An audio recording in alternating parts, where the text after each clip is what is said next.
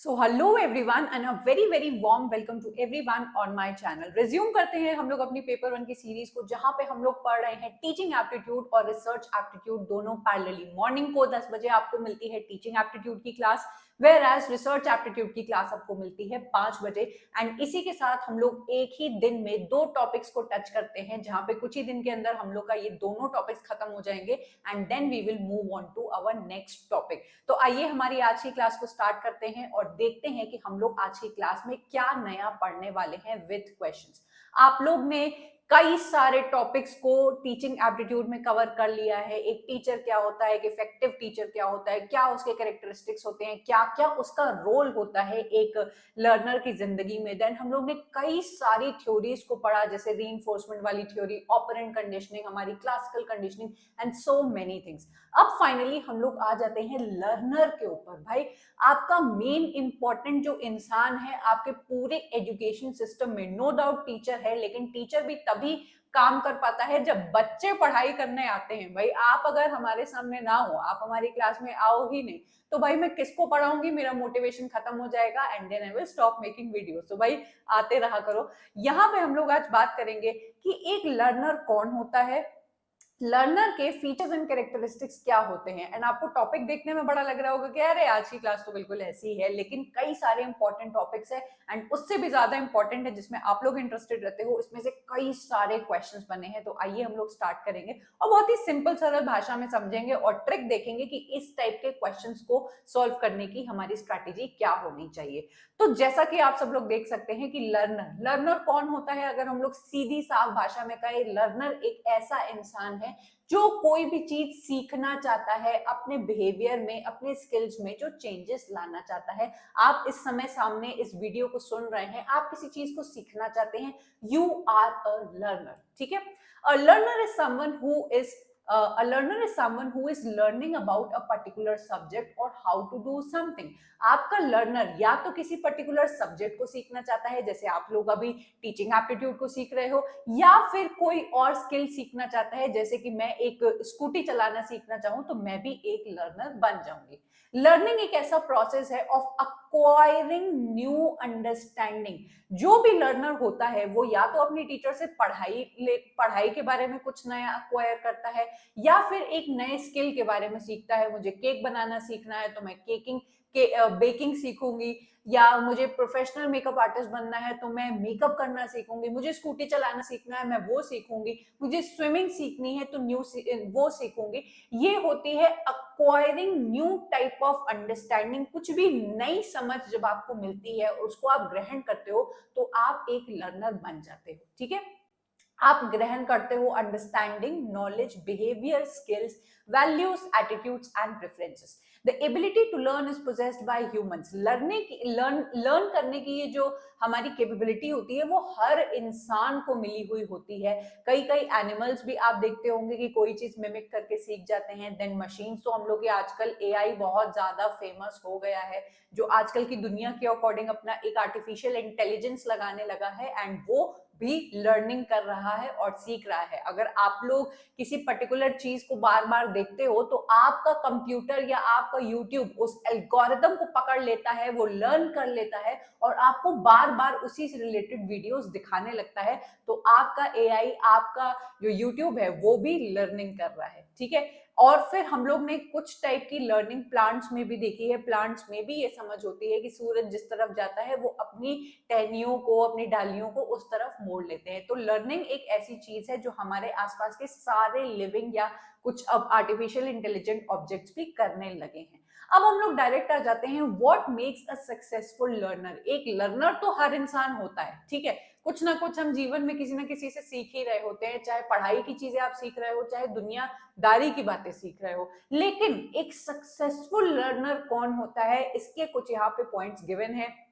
आइए हम लोग इसको देखते हैं और आपको अंदर ही अंदर इसको सुनते टाइम जज करना होगा कि क्या आप एक सक्सेसफुल लर्नर है या नहीं। इसमें से आपको जज करना है कि ये क्वालिटीज क्या आपके अंदर है या नहीं। तो point number 1, successful learners are leaders in their own learning. भाई आपको मैं क्या डंडा पकड़ के नेट की तैयारी करा रही हूँ? नहीं, आप खुद लीड कर रहे हो अपनी लर्निंग को। आप चाहते हो कि नहीं यार, मुझे पेपर पास करना है तो मुझे दिन रात मेहनत करनी होगी। मैम जितना पढ़ाएंगे हम लोग उसको पढ़ेंगे, फिर से रिपीट करेंगे, नोट्स बनाएंगे, क्वेश्चंस करेंगे।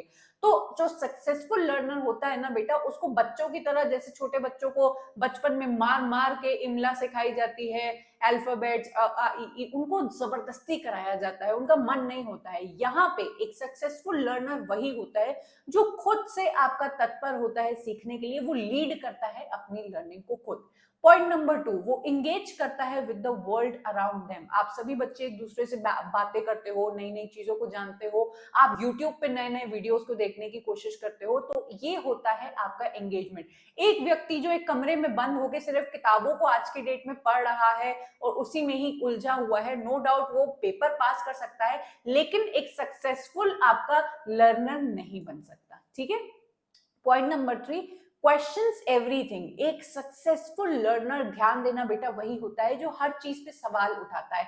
नाउ इस बात को लेके आप लोगों को समझना होगा, परेशानी वाले सवाल उठाना दूसरी होती है, अपने सब्जेक्ट मैटर से रिलेटेड सवाल उठाना बहुत जरूरी होता है। कई बार आपने देखा होगा कि एक क्लास के अंदर कुछ बच्चे होते हैं जो बस चुपचाप चीज को ग्रहण करते चले जाते हैं, या फिर कभी कभी वो बहुत मतलब सुनना भी पसंद नहीं करते हैं, पैसिव लिसनर्स होते हैं, तो वो मात्र क्लास में होते हैं, उनको पढ़ाई से मतलब नहीं होता है। लेकिन वहीं पे कुछ बच्चे होते हैं जो अटेंटिवली सुनते भी हैं और अपने सवाल भी पूछते हैं उस टॉपिक से रिलेटेड। तो सवाल पूछना एक बहुत अच्छी आपकी, अगर आपके अंदर ये क्वालिटी है तो आप एक सक्सेसफुल लर्नर हो, क्योंकि सवाल पूछने चाहिए। Then think for themselves. आपका जो एक सक्सेसफुल लर्नर होता है वो अपने बारे में सोचता है और अपने दिमाग को चलाने में विश्वास करता है। ये नहीं कि उसकी क्वेश्चन पूछने की तत्परता तो बहुत ज्यादा है कि मैं क्वेश्चन पूछूं, लेकिन खुद से वो अपना दिमाग नहीं चलाना चाहता है। तो अगर आप ऐसे हैं जो अपना दिमाग नहीं चलाते हो, मात्र सिर्फ दूसरों से पूछना पसंद करते हो, तो ये भी आपके अंदर एक कमी होगी। दूसरी बात, are driven by their interest. आपका जो सक्सेसफुल लर्नर होगा वो बहुत इंटरेस्टेड होता है अपने आप को बेटर करने में। उसको कोई बाहरी इंसान या एक्सट्रिंसिक आपका मोटिवेशन नहीं उसको जरूरत पड़ती है कि माँ बाप डंडे मार रहे हैं या फिर दुनिया में उसको कोई कह रहा है कि पढ़ लो, ऐसा कुछ नहीं है। उसको खुद पता है कि मेरे हित के लिए क्या सही है और वो अपने हित के लिए परफेक्ट काम करता है। ठीक है। Push through challenges. आपके जो सक्सेसफुल लर्नर्स होते हैं वो छोटी मोटी चीजों से खुश नहीं हो जाते हैं कि हाँ भाई मैंने इतना पढ़ लिया, हाँ हाँ हो गया। उनको पता है कि मुझे डीप में जाना है, मुझे और अच्छा करना है, मतलब वो हर वक्त अपने आप को पुश करते हैं। आप में से ही कुछ ऐसे बच्चे हैं, मेरे कॉन्टैक्ट में भी हैं, या फिर बहुत सारे ऐसे होंगे जिन्होंने नेट बहुत अच्छे नंबर से क्लियर किया है, लेकिन फिर उतनी मेहनत करते हैं कि नहीं आज मुझे फिर से जेआरएफ निकालना है। तो ये जो उनकी सक्सेसफुल लर्नर की निशानी है, आप में से कई सारे बच्चे होंगे, तो आप अपने आप को एक सक्सेसफुल लर्नर मान सकते हैं। Then they are determined to succeed. भाई उनके मन में शंका नहीं होती है कि भाई मैं पास कर पाऊंगा नहीं कर पाऊंगा। वो इतने डिटर्मिनेशन के साथ काम करते हैं कि उनको पता होता है कि भाई मैं सक्सीड तो जरूर होऊंगा। ठीक है। Have inner motivation and self discipline. ये अगेन वही पॉइंट है, आपके मोटिवेशन के दो टाइप्स होते हैं बेटा। एक होता है आपका इंट्रिंसिक, हम लोग आगे कभी इसको पढ़ेंगे। एक होता है आपका एक्सट्रिंसिक।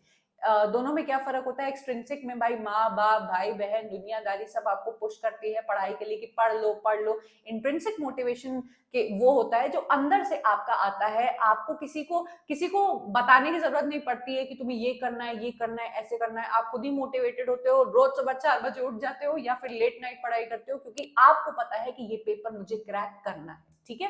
देन पॉइंट नंबर 9 बेटा, exercise their minds and their bodies. जो भी सक्सेसफुल लर्नर है वो आपकी किताब का रट्टू तोता नहीं होता है। अपने दिमाग को स्ट्रॉन्ग करने के साथ साथ वो अपनी बॉडी को भी बहुत अच्छी तरीके से मेंटेन करता है। कहा जाता है कि एक सक्सेसफुल लर्नर जंक फूड नहीं खाता और इन सारी चीजों पे बहुत कार्ब्स रिच फूड नहीं खाता, क्योंकि इन सारे खानों को खा के आपको नींद आती है। तो आपके उबली हुई सब्जियां खाना या फिर फ्रेश फ्रूट्स खाना वो ऐसा मेंटेन करते हैं। और कई सारे सर्वेज में ऐसे बताया गया है कि successful people always take very nutrition kind of diet, क्योंकि ऐसा करने से उनका माइंड फोकस्ड रहता है, भटकता नहीं है और उनको मीन्स आलस नहीं फील होती है। ठीक है, कल्टिवेट गुड हैबिट्स। अगेन, जो सक्सेसफुल लर्नर होता है वो अच्छी आदतें रखता है। ये नहीं कि भाई नेट की तैयारी कर रहे हैं और साथ ही में आप सिगरेट भी फूक रहे हैं या गलत संगत में पड़ गए हैं, तो अच्छी आदतें भी रखना जरूरी है। ठीक है, know how and when to ask for help. आपके सक्सेसफुल लर्नर या सक्सेसफुल इंसान की निशानी ही आपकी यही होती है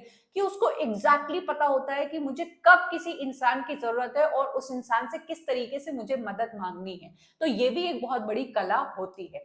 point number 12, are willing to take risk, fail and learn from their mistakes. कई सारे बच्चों को हम लोग ने देखा है वो डरते रहते हैं कि यार पेपर नहीं क्लियर हुआ तो मेरा क्या होगा। हालांकि ये इनिशियल स्टेजेस में सब बच्चों को फील होता है, पर ट्रस्ट मी, अगर आप गलती करते हो, अगर आप फेल करते हो, तो उससे जो आपको लर्निंग मिलती है वो लर्निंग आपको जीवन में कोई नहीं दे सकता है। And I am that perfect example. लोग इंटरनेट पे बड़ा हवा बनाते हैं कि मेरा तो फर्स्ट नेट हो गया, मेरे तो 75 नेट हो गए। आई एम नॉट दैट पर्सन। मेरा पहली बार नेट नहीं हुआ था एंड मेरा दूसरी बार नेट हुआ, वो मैंने इतनी मेहनत से और इतनी मतलब अपनी गलतियों से सीख के किया कि नाउ आई फील कि I am a more perfect person.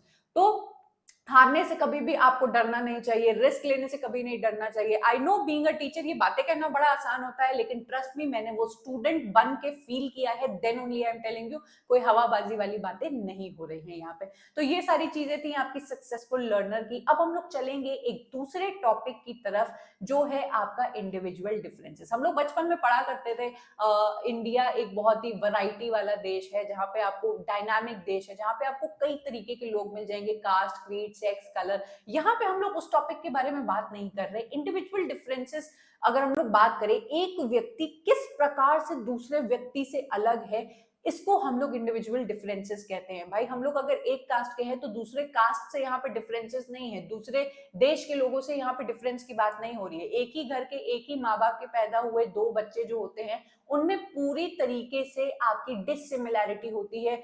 वो दोनों ही बच्चे दिखने में अलग होते हैं, हाइट में अलग हो सकते हैं, उनकी सोचने की शक्ति अलग हो सकती है। इसी को हम लोग कहते हैं इंडिविजुअल डिफरेंसेस। मतलब कि हर इंसान अपने आप में यूनिक होता है और किसी भी दूसरे व्यक्ति का आपको मजाक नहीं बनाना चाहिए। अब हम लोग यहाँ पे देखेंगे कि individual differences refers to the difference which distinguishes one individual from other. वो सारी चीजें एंड क्वालिटीज जो एक इंसान को दूसरे इंसान से अलग करती हैं is known as your individual differences. Individual differences जो बेटा होते हैं, कहा जाता है कि वो दो चीजों के इंटरप्ले से बनता है। वेरी वेरी इंपॉर्टेंट, इससे क्वेश्चंस बने हैं आपके।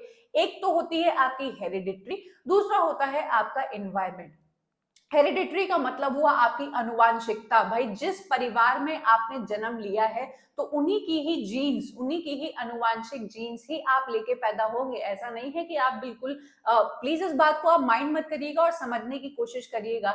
आई belong to an IQ of very average kind of parents. तो मेरा दिमाग बहुत ही बुद्धिजीवी टाइप का नहीं हो जाएगा। मैं मेहनत करके अपने आप को अच्छा बना सकती हूँ, अपने दिमाग को तेज बना सकती हूँ, लेकिन कहा जाता है कि अनुवांशिकता का आपके दिमाग पे, आपके शरीर पे, आपकी हर चीज पे बहुत असर पड़ता है। ऐसा नहीं हो सकता है कि my parents are very very fair and I turn out to be a completely dark skin person, या फिर my parents are very dark skin people and I suddenly turn out to be a very fair person. भाई ऐश्वर्या राय की बेटी की आपने आंखें देखी होंगी, ऐश्वर्या राय की इतनी सुंदर आंखें हैं, ऐश्वर्या राय की बेटी की भी इतनी सुंदर आंखें हैं। तो ये इसको हम लोग अनुवांशिकता कहते हैं। दूसरी चीजें वो होती हैं बेटा आपके इन्वायरमेंट। इन्वायरमेंट का मतलब ये नहीं होता है कि फूल, पहाड़, पेड़, पत्ते। हम लोग का जो इमीडिएट इन्वायरमेंट होता है, जो हम लोग के आसपास का जो माहौल होता है। भाई मेरे घर का अगर माहौल है टोटल हिंदी में बात करने का, तो क्या मैं पट पट पैदा होते ही इंग्लिश में बात करने लगूंगी? या फिर एक ऐसा व्यक्ति जिसको इन्वायरमेंट ही फॉरेनर्स का मिला है, उनके पेरेंट्स इंग्लिश में बात करते हैं, उनकी भाई पढ़ाई लिखाई ही, जैसे हमारे बॉलीवुड सेलिब्रिटीज होते हैं, उनके बच्चे पैदा होते ही बाहर चले जाते हैं, बाहर के इन्वायरमेंट से उनको बहुत ही ज्यादा अवगत कराया जाता है। तो आप देखते हो कि उनके इंटरव्यूज में how fluently they speak in English and they know about the western culture so well. हम लोग इतने अच्छी तरीके से नहीं जानते हैं, जितना देखते हैं उतना उसको समझ लेते हैं, ठीक है, लेकिन वो उस पर्टिकुलर कल्चर में उस जगह से जी के आए हैं, पढ़ के आए हैं, तो उनको बहुत अच्छी तरीके से पता होता है। तो दो चीजें आपके इंडिविजुअल डिफरेंसेस में बहुत बड़ा रोल प्ले करती हैं। एक आपको याद रखना है बेटा, हेरिडिटरी विच इज अनुवांशिकता, एंड दूसरा है आपका इमीडिएट एनवायरनमेंट। ओके, तो अब हम लोग इसको देखेंगे। To understand individual difference in development it is important to consider both inherited characteristics as well as the environmental factors that and their interplay. इन दोनों का ही एक साथ चलना आपके इंडिविजुअल डिफरेंसेस को जन्म देता है। सबसे पहला है आपका hereditary which I told you, अनुवांशिकता। It refers to the traits that pass down from your parents to their offspring. It is the most important personality and intelligence determinant. आपका जो हेरिडिटरी होती है, जो हम लोग को हमारे पेरेंट्स से मिलती है, भाई मेरे पेरेंट्स ज्यादा सोशल नहीं है, वो लोगों से बात करना इतना पसंद नहीं करते हैं, so I also turned out to be a person जो इतना सोशली इंटरैक्ट करना पसंद नहीं करता है, या मुझे लोगों से बात करना इतना नहीं पसंद है।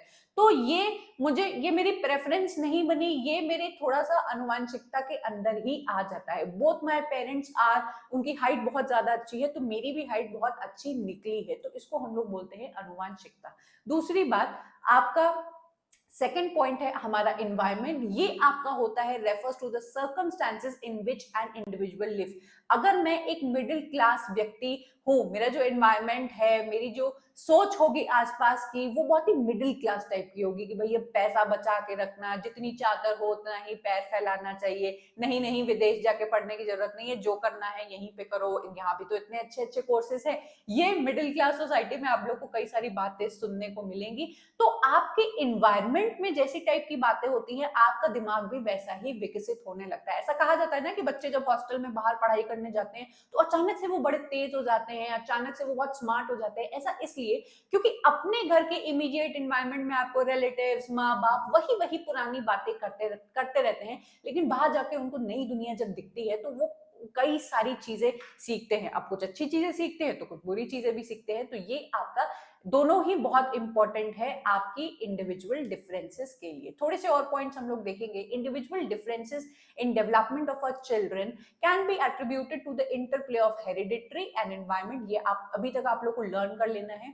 All the mental and social traits depend on the environment. आपकी मेंटल और जो सोसाइटी से इंटरैक्ट करने का जो तरीका होता है ना, वो आपके एनवायरमेंट पे डेवलप होता है। एज आई टोल्ड यू ना कि अगर मेरे पेरेंट्स ज्यादा सोसाइटी में जाना पसंद नहीं करते हैं, तो ये मेरे एनवायरमेंट का पार्ट है, तो मैं भी वैसी ही बन जाऊंगी। दूसरी बात, किसी किसी के पेरेंट्स होते हैं भाई, वो बहुत ही ज्यादा एक्सट्रोवर्ट होते हैं, आए दिन वो लोग अपने कलीग्स को घर पे बुलाते हैं, पार्टीज करते हैं या पार्टी करने पब वगैरह जाते हैं। तो अगर कोई बच्चा ऐसे खानदान में पैदा हुआ है तो वो भी बहुत ज्यादा एक्सट्रोवर्ट हो जाता है, उसको भी पार्टी करना पसंद है, लोगों से मिलना जुलना पसंद है। तो आई होप आप लोगों को समझ में आ गया होगा। All the potential inputs of growth and development depend on the hereditary. आपके शरीर की, आपके दिमाग की ग्रोथ किस तरीके से हो रही है, हेरिडिटरी पे बहुत ज्यादा डिपेंड होता है। अगर आपके पेरेंट्स के जीन्स में, जैसे बोला जाता है ना कि एजमा है किसी को, या फिर किसी को कलर ब्लाइंडनेस है, शुगर होती है, डायबिटीज होती है, तो ये आपको भी मिल जाती है एंड आपकी अनुवांशिकता की वजह से आपकी भी ग्रोथ में थोड़ी सी बाधा डालती है। ठीक है, all the inborn traits, instincts, potentials and IQ depends on the hereditary. भाई ऐसे माना जाता है कि खूब जो इंटेलिजेंट पेरेंट्स होते हैं ना, उनकी जो संतान भी होती है वो बड़ी इंटेलिजेंट पैदा होती है। इसीलिए आजकल कुछ ऐसे शादी के टाइम पे देखा जाता है कि नहीं भाई, हम लोग अपने ही क्लास के लोगों से, अपने ही टाइप के कास्ट के लोगों से शादी करेंगे। ये सब क्यों कास्ट एंड सेम शादी करना, हमारे ही कास्ट में ये सब कैसे आया? क्योंकि बोला जाता है पुराने ऋषि मुनियों के दिमाग में ये बातें होती थी और ये माना जाता था कि भाई आप जिस पर्टिकुलर इमीडिएट एनवायरनमेंट के ही लोगों से शादी करोगे, आपकी संतान भी वैसी ही पैदा होगी। भाई जो राजा लोग थे वो किसी नीची जात के लोगों से नहीं शादी करते थे, क्योंकि वो लोग अपनी संतान भी वैसी शूरवीर टाइप की पैदा करना चाहते थे। ठीक है, तो राजा लोग रानियों, ऐसी रानियां ढूंढ के आते थे जो शूरवीर खानदान को बिलोंग करती थी। आई होप आप लोग मेरे एग्जाम्पल से समझ गए होंगे।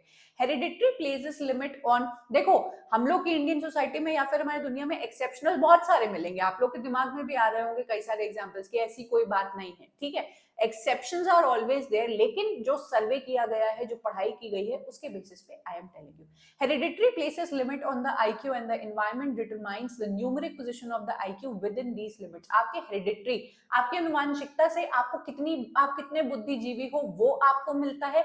आपके एनवायरनमेंट का उस बुद्धि के बढ़ने या फिर और कुपोषित हो जाने में एक बहुत बड़ा रोल पड़ता है। ठीक है, आपने अनुवांशिकता तो आपकी बड़ी अच्छी है, इंटेलिजेंट घर में आप लोग पैदा हुए, लेकिन आपके कुछ दादी दादा है, रिलेटिव्स हैं, वो आपके इमीडिएट एनवायरनमेंट में इतना आपको दबा के रखते हैं, तो आपकी बुद्धि क्या होगी, मर जाएगी। ठीक है, factors affecting individual differences, genetics हम लोग देख चुके हैं, एनवायरमेंटल फैक्टर देख चुके हैं। तीसरी होती है हमारी कॉग्निटिव एबिलिटी। हर बच्चा एक अलग टाइप की बुद्धि के साथ पैदा होता है। कॉग्निशन मतलब कि बौद्धिक लेवल, किसी का आईक्यू ज्यादा अच्छा होता है, किसी का आईक्यू कम होता है। And there learning power is also different, so it makes the individual difference between the students. हम लोग जब बचपन में छोटे थे तो कोई क्लास में फर्स्ट आता था, भाई 90% वाला बहुत अच्छा रट्टू होता था, भाई हम लोग 70-80% वाले थे, हम लोग इतना नहीं रट पाते थे। एंड हम लोग से भी कई गुजरे थे भाई, हमारे 40-50% वाले, उनको बिल्कुल ही नहीं लर्न होता था। देन 30% वाले, वो तो हर ही साल फेल हो जाते थे।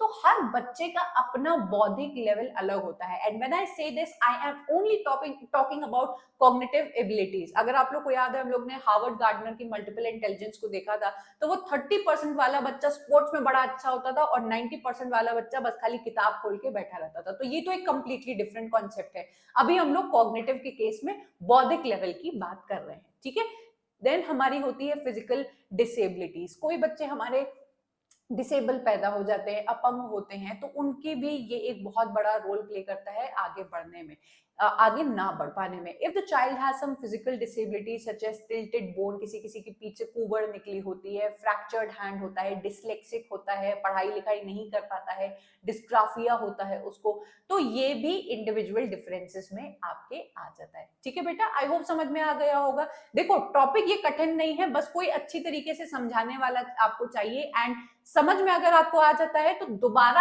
आपको देखने की जरूरत भी नहीं पड़ेगी। जो भी ये बच्चा देख रहा होगा वो फील कर रहा होगा कि ये बस दिमाग में नए कॉन्सेप्ट्स डालने वाली चीज है, कुछ रटने वाली चीज नहीं है। ठीक है, अब हम लोग आ जाएंगे पर्सनल कॉम्पिटेंसीज में।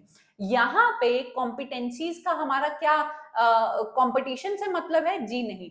हम लोग से कभी कभी फॉर्म भराए जाते हैं, पूछा जाता है कि please write down how in how many languages are you competent. Competent मतलब तुम्हें कितनी लैंग्वेजेस आती हैं, तुम कर सकते हो, तुम्हारी क्षमता में है, तुम जानते हो।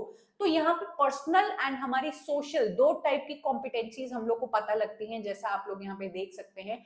पर्सनल कॉम्पिटेंसीज वो स्किल्स होती हैं एक इंसान की जो उस इंसान को सेल्फ अवेयर बनाती हैं, सेल्फ मैनेजमेंट होती है उस इंसान के अंदर, और वो रिस्पॉन्सिबल होता है अपने खुद के डिसीजंस पे। ठीक है, वो अपने डिसीजंस खुद लेता है।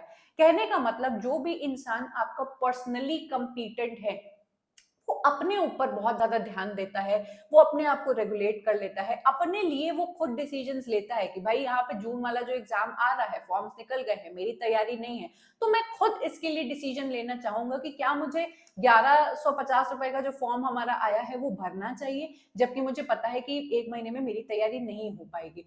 तो आप खुद से डिसीजन यहाँ पे लोगे कि भाई मुझे एक्सपीरियंस लेने जाना है, तो मैं ये 1150 रुपए भाई पे करूंगा। लेकिन अगर आपके मन में ये है कि भाई क्यों बर्बाद करना, मैं पेपर जब आएगा तो घर पे लगा लूंगा या लगा लूंगी, तो आप जो पर्सनल कॉम्पिटेंट पर्सन वो होता है जो खुद डिसीजन अपने बारे में ले सकता है, उसको इसके लिए किसी और थर्ड पर्सन की जरूरत नहीं पड़ती है। दूसरा पॉइंट बेटा, सोशल कॉम्पिटेंसीज। पर्सनली अपने बारे में जानने के साथ ही साथ आपको दुनियादारी की भी बड़ी अच्छी समझ होनी चाहिए। तो सोशल कॉम्पिटेंट इंसान वो होता है जिसके अंदर कुछ ऐसी स्किल्स होती हैं, जो सोशली अवेयर होता है और रिश्ते बनाने में वो बहुत अच्छा होता है। भाई जो लोग बहुत इंट्रोवर्ट टाइप के होते हैं, पर्सनली तो कॉम्पिटेंट होते हैं, अपने आप को अच्छे से संभाल सकते हैं, अपने डिसीजंस खुद ले सकते हैं, लेकिन सोशली वो इतने अवेयर नहीं होते हैं, या फिर रिलेशनशिप स्किल्स या बात करने में वो इतने अच्छे नहीं होते हैं। और यही एक छोटा सा कॉन्सेप्ट था, और अब हम लोग चलेंगे क्वेश्चंस की तरफ, और आपको बहुत इंटरेस्टिंगली समझ में आने वाला है। ठीक है, पहला question, which one of the following developmental areas of individual differences will be affected if a child does not want to play with other children as he she feels shy? बहुत ध्यान से समझना, क्वेश्चन बड़ा देख के सबसे पहली बात तो मेरी बातें याद रखना, परेशान मत होना। सिर्फ आपको कीवर्ड्स ढूंढने हैं कि क्वेश्चन कहने की कोशिश क्या कर रहा है। देखो, इंडिविजुअल डिफरेंसेस के बारे में बात की गई है यहाँ पे और बोला गया है कि अगर एक बच्चा, इफ अ चाइल्ड, अगर एक बच्चा दूसरे बच्चों के साथ खेलना नहीं पसंद करता है, क्यों? क्योंकि वो शाय फील करता है, तो इसमें से कौन सा इंडिविजुअल फैक्टर आपके अकॉर्डिंग इफेक्ट हो रहा है? क्या उसको फिजिकली कोई तकलीफ है, क्या इमोशनली वो लोगों से बात नहीं करना, कनेक्ट नहीं कर पा रहा है, या फिर सोशली उसका डेवलपमेंट नहीं हुआ है कि मैं किसी से जाऊं उसके साथ खेलूं, मुझे शर्म आ रही है, या फिर उसकी लैंग्वेज डेवलप नहीं है। तो ऐसे टाइप के बेटा जो कॉमन सेंसिकल क्वेश्चंस हैं, आप लोग किसी भी कॉन्सेप्ट को पढ़ोगे उसके बाद ऐसे टाइप के क्वेश्चंस आएंगे। ये मत एक्सपेक्ट करना कि मैम ने बस जो अपने कंटेंट में लिख लिया वही कीवर्ड्स पकड़ने हैं और वैसे ही क्वेश्चंस आएंगे। भाई थोड़े से आपके कॉमन सेंसिकल क्वेश्चंस आएंगे। तो भाई अब तक आप लोग ने आंसर करना स्टार्ट कर दिया होगा। बताओ कि अगर एक बच्चा दूसरे बच्चे के साथ नहीं खेलना चाहता है, उसको बहुत शाय फील हो रहा है, तो इसमें से कौन सा आपका फीचर है जो इफेक्ट हो रहा है? एंड आई होप सबने सही आंसर दिया होगा। यहाँ पे आंसर दिया करो, अपने आप को रोका मत करो कि नहीं नहीं लोग क्या सोचेंगे, मैम क्या सोचेंगी। भाई यहाँ पे प्रैक्टिस करोगे तभी वहां पे आपके आंसर सही बैठेंगे। तो ये है आपकी सोशल स्किल। ना ही हम लोग को ये पता चला क्वेश्चन से कि उसको कोई फिजिकली प्रॉब्लम है, और इमोशंस की यहाँ पे बात नहीं हो रही है, और ना ही किसी भाषा की बात हो रही है। ठीक है, क्वेश्चन नंबर सेकंड में चलेंगे। Individual difference in development of children can be attributed to. आपके जो इंडिविजुअल डिफरेंसेस एक बच्चे के अंदर होते हैं दूसरे बच्चे से, वो किस तरीके से अलग होता है, इसमें से कौन सा ऐसा फीचर है जिसकी वजह से इफेक्ट होता है? सारे बच्चे आंसर करना शुरू कर दो। एनवायरमेंट की वजह से, ना ही इन्वायरमेंट, ना ही आनुवंशिकता की वजह से, या फिर interplay of hereditary and environment की वजह से, या फिर सिर्फ और सिर्फ हेरिडिटरी की वजह से। सभी बच्चों को आंसर मिल गया होगा, हम लोग ने ये पढ़ा है। एंड आपका आंसर है point number 3, with the interplay of both your hereditary and your environment. ठीक है बेटा, समझ में आ गया?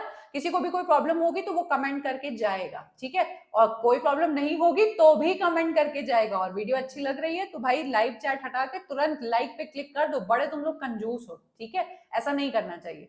अगर क्लास अच्छी लग रही है तभी, अगर क्लास अच्छी नहीं लग रही है तो आप अपना गुस्सा भी दिखा सकते हैं कि मुझे मजा नहीं आया।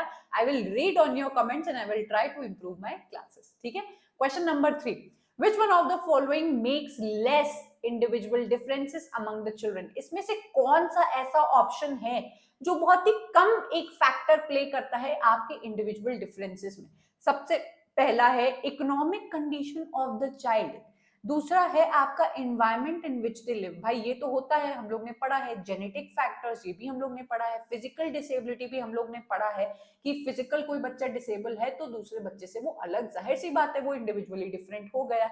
ये जो यहाँ पे पॉइंट लिखा हुआ है economic condition of the child. अब अगर प्रैक्टिकल दुनिया के हिसाब से हम लोग देखें तो मेरे अकॉर्डिंग ये भी बिल्कुल सही है कि एक तरीके से हम लोग दूसरे इंसान से अलग हो जाते हैं या इंडिविजुअली डिफरेंट हो जाते हैं पैसों के मामले में, लेकिन थ्योरीज ऐसा नहीं बताती हैं। तो ये आपका आंसर हो जाएगा कि इकोनॉमिक कंडीशन हम लोग अपनी थ्योरीज में नहीं पढ़ते हैं कि इसकी वजह से आपके इंडिविजुअल डिफरेंसेस आ सकते हैं। ठीक है, आगे बढ़ेंगे। क्वेश्चन नंबर 4 देखेंगे बेटा हम लोग।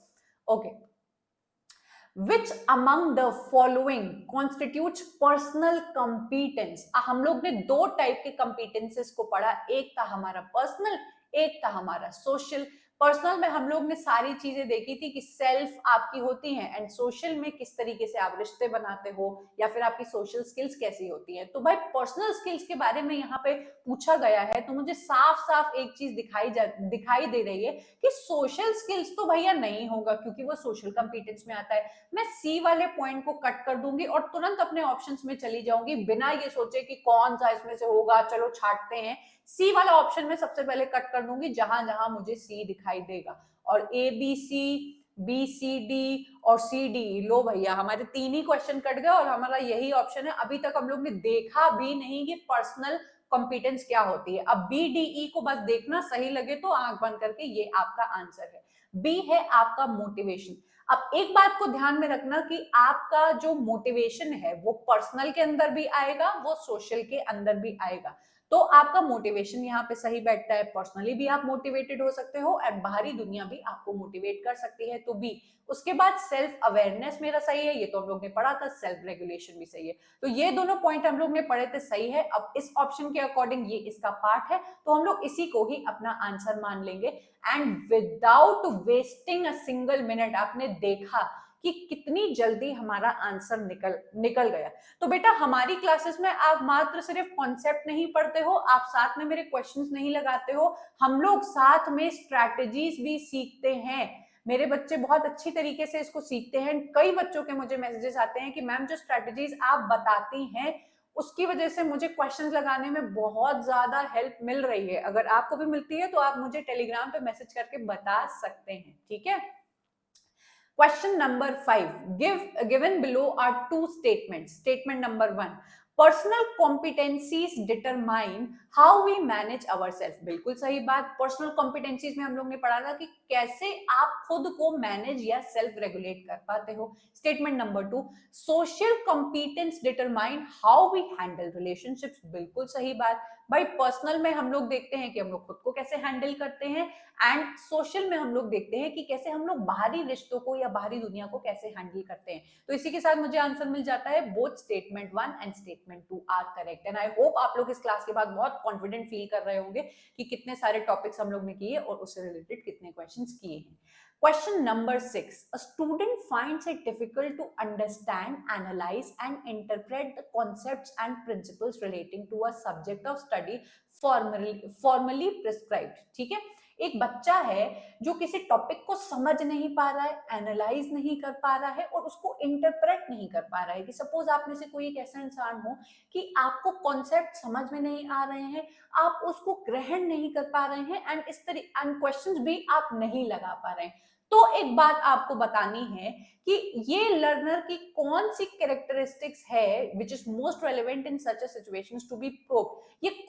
ये उस बच्चे की कौन सी कमी को दर्शाता है, उसकी एकेडमिक कैरेक्टरिस्टिक्स को, उसकी सोशल कैरेक्टरिस्टिक्स को, उसकी इमोशनल कैरेक्टरिस्टिक्स को, या फिर उसकी बौद्धिक लेवल की कैरेक्टरिस्टिक्स को, कॉग्निटिव कैरेक्टरिस्टिक्स को। I am not going to tell you the answer. सारे बच्चे कमेंट करना शुरू करो and I will be very happy जब ये क्लास आपकी प्रीमियर होगी देख के कि आपको बिल्कुल सही आंसर मिल गया। तो भाई बताओ आंसर, एंड अपने दिमाग के अकॉर्डिंग जज करने की कोशिश करो कि क्या आपका आंसर होगा। एक इंसान जो अपने दिमाग से समझ नहीं पा रहा है, किसी कॉन्सेप्ट को एनालाइज नहीं कर पा रहा है, इंटरप्रेट नहीं कर पा रहा है, उसको क्वेश्चंस नहीं लगा पा रहा है, तो जाहिर सी बात है वो कौन सी पर्टिकुलर चीज से आपका परेशान है, आपके कॉग्निटिव कैरेक्टरिस्टिक्स। कॉग्निटिव हमेशा याद रखना कि आपके दिमाग से रिलेटेड है, ठीक है। इस पॉइंट को आप लोग याद रखेंगे और अपने एग्जाम में इसकी वजह से हेल्प आपको मिलेगी। कॉग्निटिव कैरेक्टरिस्टिक्स, ठीक है बेटा। क्वेश्चन नंबर 7 देख लो भाई, कितने सारे क्वेश्चंस आए हैं आपके इन टॉपिक से।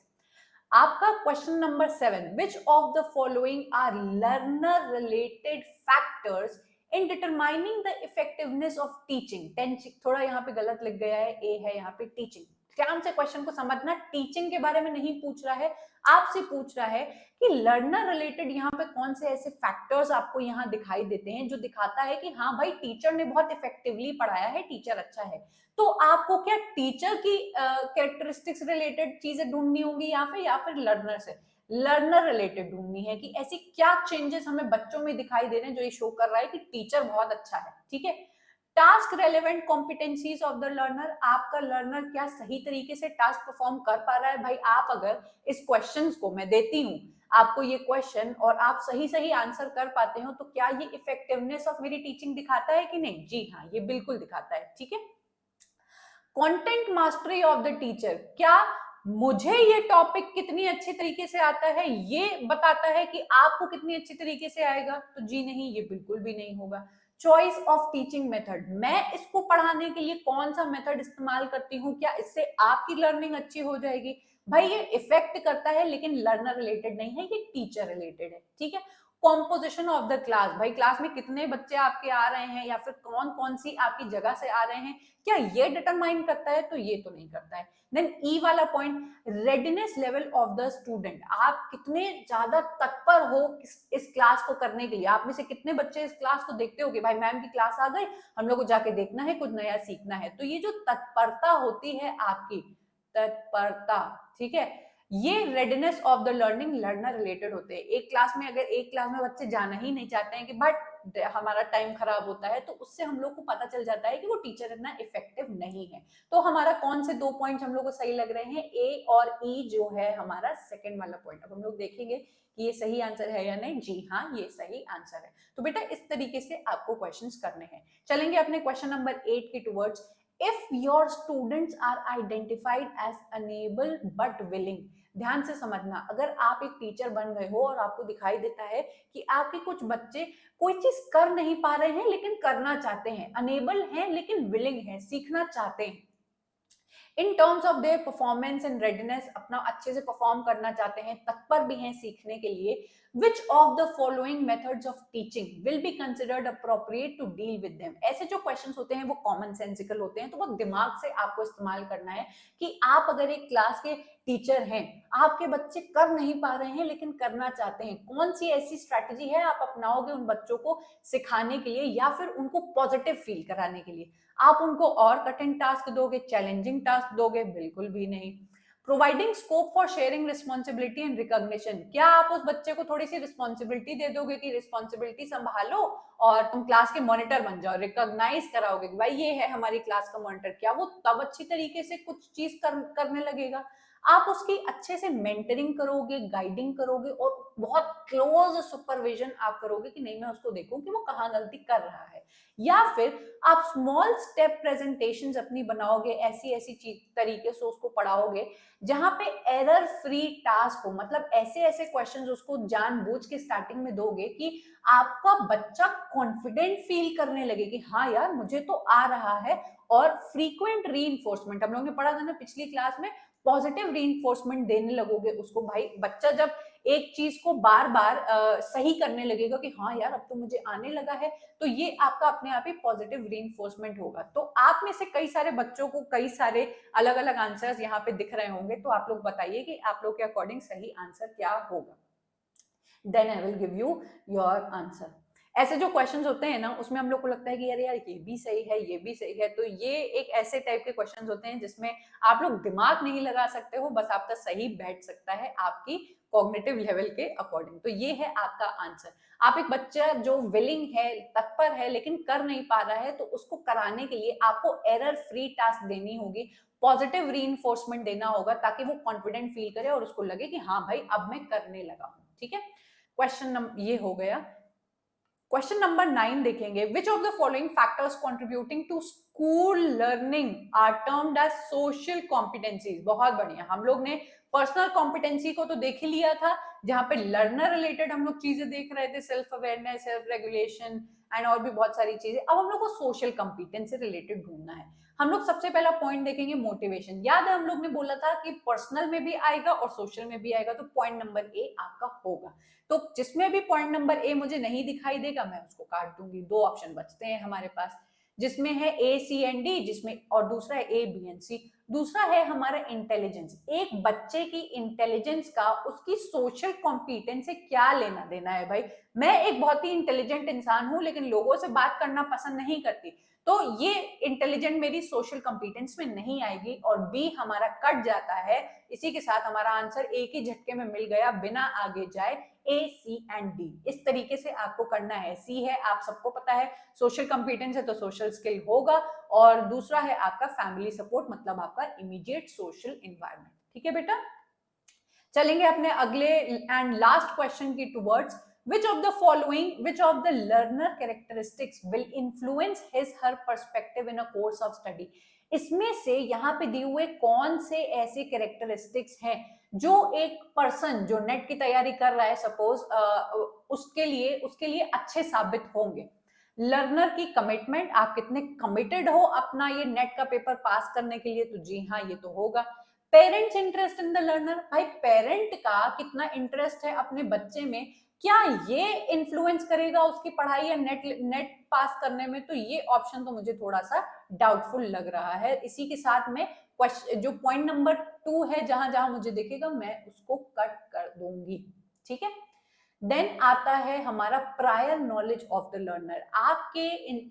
आपको नेट की कितनी नॉलेज है, या फिर आपने नेट का पहले पेपर दिया है, आपने मास्टर्स किया है, तो आपकी प्रायर नॉलेज तो एक लर्नर के काम आती है। तो फर्स्ट एंड थर्ड मुझे सही लग रहा है, एंड फर्स्ट एंड थर्ड वाला ऑप्शन हम लोग को यहाँ दिखाई दे रहा है। ठीक है, skill of the learner in the concerned area, हमारा फोर्थ वाला पॉइंट, आपके उस पर्टिकुलर टॉपिक्स में कितनी आपकी स्किल है। जैसे भाई इंग्लिश के अगर स्टूडेंट हो और इंग्लिश ही नहीं आती है, आपको लिटरेचर समझ में ही नहीं आता है, तो क्या आप पेपर पास कर पाओगे?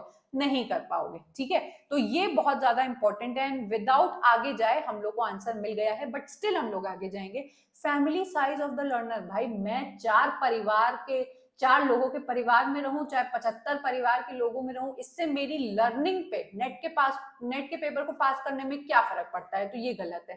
देन दूसरा है सोशियो इकोनॉमिक बैकग्राउंड, ये भी इंपॉर्टेंट नहीं है। तो आंसर मुझे मेरा मिल गया है, जो कि है मेरा पॉइंट नंबर 1, हमारा ये वाला ऑप्शन। और इसी के साथ हमारी आज की वीडियो खत्म होती है। आई होप आप लोग की क्लास आपको बहुत अच्छी लगी होगी, मजेदार लगी होगी, इंसाइटफुल लगी होगी, नए नए चीजों को जानने को मिला होगा, और साथ ही साथ मिली होंगी स्ट्रेटेजीज एक क्वेश्चन को डील करने की। कई सारे दिनों से हम लोग साथ में कई सारे क्वेश्चन, मतलब हम लोग यहाँ पे कई 100-150 बड़े क्वेश्चन हम लोग लगा चुके होंगे, और ये बहुत ही अच्छी चीज होती है किसी भी पेपर की तैयारी करने के लिए। तो वीडियो अच्छा लगा हो तो जरूर से आप लोग को क्या करना है, लाइक करना है। वो अबाउट टू राइट लर्न तो करना ही है। देन आपको शेयर करना है, अच्छा लगा हो तो कमेंट भी आपको करके जाना है। एंड अगर आप लोग इस सीरीज को फॉलो कर रहे हैं एंड करते रहना चाहते हैं, तो सब्सक्राइब भी आपको करना है। अपार्ट फ्रॉम दैट, मेरे चैनल का नाम है सुनैना इंग्लिश, जहां पे आपको जाके क्या करना है, टेलीग्राम पे ज्वाइन कर लेना है, अगर आपको डायरेक्ट लिंक चाहिए मेरे किसी भी वीडियो के। तो इसी के साथ एंड करेंगे इस वीडियो को। मिलते हैं कल फिर से एक नए कॉन्सेप्ट और ढेर सारे क्वेश्चंस के साथ। कमेंट किए बिना मत जाना, और लाइक तो करके ही जाना है। Bye and take care.